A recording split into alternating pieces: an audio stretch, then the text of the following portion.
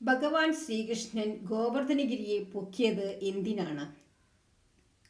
മഴ പെയ്യ്ക്കുന്ന ഇന്ദ്രദേവനെ പ്രീതിപ്പെടുത്തുവാൻ ഗോകുലവാസികൾ യാഗം ചെയ്യുകയാണ്. ഈ യാഗം എന്തിനാണ് ചെയ്യുന്നത് അച്ഛാ? കൃഷ്ണൻ നന്ദഗോപനോട് ചോദിച്ചു. ഇന്ദ്രനല്ലേ മഴ പെയ്യിപ്പിക്കുന്നത്. സർവ്വജീവജാലങ്ങൾക്കും മഴ അത്യാവശ്യമാണ്. ഇന്ദ്രൻ മഴ പെയ്യിപ്പിക്കുന്നു എന്ന് പറഞ്ഞത് ശരിയല്ല, കൃഷ്ണൻ പറഞ്ഞു. നമ്മുടെ പൂർവകർമ്മങ്ങളാണ് എല്ലാ നന്മകൾക്കും കാരണം. നമ്മുടെ കന്നുകാലികൾക്ക് പുല്ലും വെള്ളവും തരുന്നത് ഈ ഗോവർദ്ധനമല്ലേ? അതുകൊണ്ട് ഈ ഗോവർദ്ധനത്തെയാണ് പൂജിക്കേണ്ടത്, കൃഷ്ണൻ പറഞ്ഞു.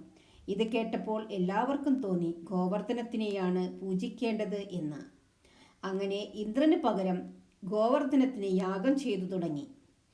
തൻ്റെ യാഗം മുടങ്ങിയ വിവരമറിഞ്ഞ് ഇന്ദ്രദേവൻ കോപിച്ചു.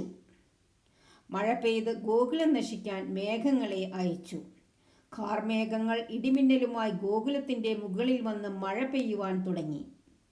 പശുക്കളും ഗോപന്മാരുമെല്ലാം മഴ സഹിക്കാനാവാതെ ഭഗവാനെ ശരണം പ്രാപിച്ചു.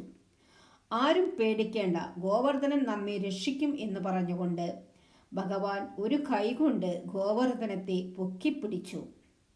പശുക്കളെയും ഗോപന്മാരെയും എല്ലാം അതിനു താഴെ നിർത്തിക്കൊണ്ട് 7 ദിവസം ഭഗവാൻ അങ്ങനെ നിന്നു.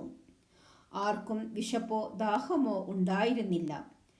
ഭഗവാന്റെ യോഗഭാവം കണ്ട് ഇന്ദ്രന്റെ അഹങ്കാരവും ശമിച്ചു. കാറ്റും മഴയിൽ നിന്നു എല്ലാവരും പുറത്തു വന്നു. ഭഗവാൻ ഗോവർദ്ധനത്തെ അതിൻ്റെ സ്ഥാനത്ത് തന്നെ വെച്ചു.